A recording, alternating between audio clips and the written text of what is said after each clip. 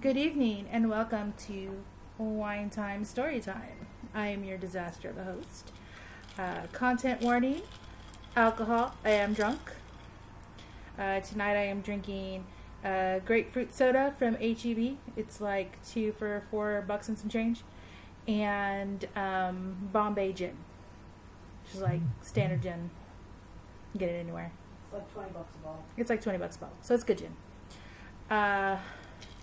I made this like way too strong, so it's taking me a bit to get through it. I do cuss. That's the other content warning. And tonight, in honor of suicide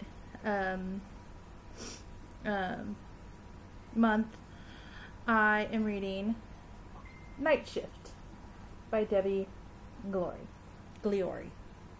Said that wrong. I will be putting in the description a suicide prevention hotline, maybe a couple of them, I'm not sure yet, but there'll be some resources down there for you if you know anyone or you yourself need help. Also, feel free, if you just want someone to talk to or just want a little bit of attention, feel free to message me here on my channel. I will do my best to message you back because I love all of you, every last one of you that puts up with my drunken ass week in and week out. I love you guys. I'm too drunk to talk about that sappy stuff. I'm gonna start crying. So here we go. Night Shift by Debbie Gliori.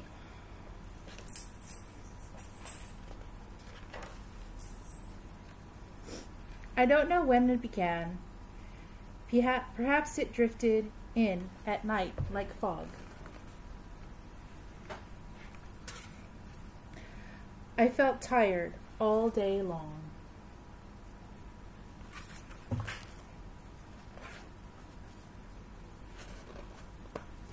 The fog rolled in every night, and during the day too.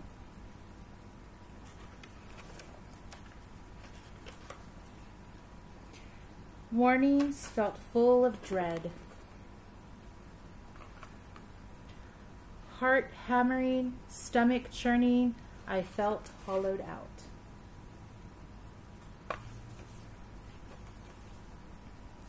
Night after night, I was diminished. I awoke every night afraid of something I couldn't see.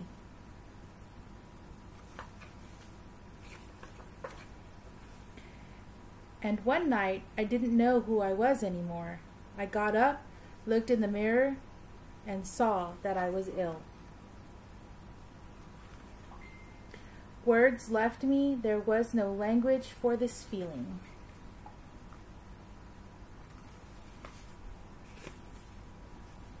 Lacking words, I tried to draw a map to help me find something I couldn't name.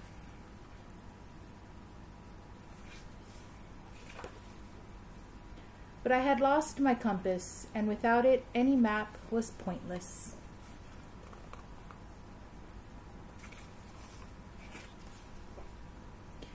Chin up. If at first you don't succeed, try again. Pull yourself together. Get a grip. Think of the starving millions. It is better to light a candle than curse the darkness.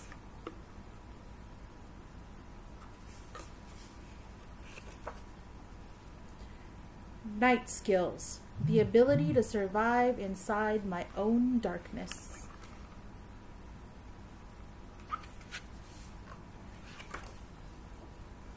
Night skills.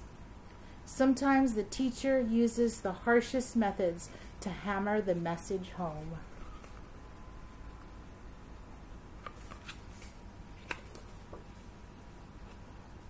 Night skills. Holding fast to nothing in the knowledge that nothing will last forever.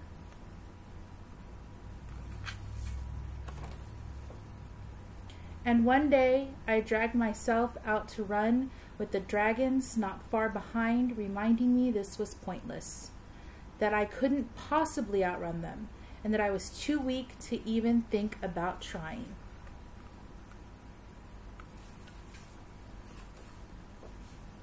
And then this happened. I couldn't run anymore. Out of breath, the dragons were right. I was weak.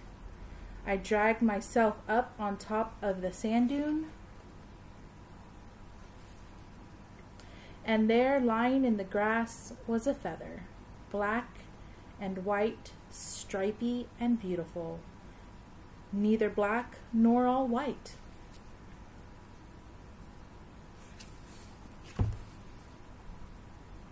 And something shifted.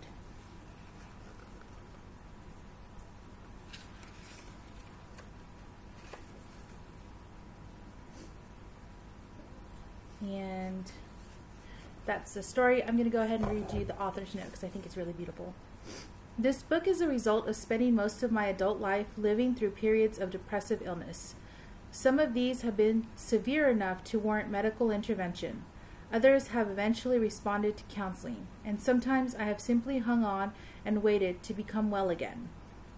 It is almost impossible to describe the territory of depression. In doing so, we resort to metaphors. We speak of the gray fog, the black dog, or the downward spiral. When we are in the throes of the severest forms of this illness, many of us are hardly able to speak at all, far less articulate how we feel. This inability to put into words what we're experiencing is why I have used images to illustrate this black territory. While it hardly needs saying that these reflect my personal experiences of depression, I hope that the drawings convey the real anguish suffered by the 1 in 5 of us who lives with this illness. I have used dragons to represent depression. This is partly because of their legendary ability to turn a fertile realm into a blackened, smoking ruin, and partly because popular mythology shows them as monstrous opponents with a tendency to pick fights with smaller creatures. I'm not particularly brave or resourceful, and after so many years of combat, I have to admit to a certain weariness. But I will arm wrestle dragons for eternity if it means that I can help anyone going through a similar struggle. And that is where you, gentle reader, come in. Being ill and unable to communicate how we feel is such a lonely business. My hope is that this book will help explain what we're going through. Debbie Gliori. This book was lent to me by a very, very dear friend of mine. I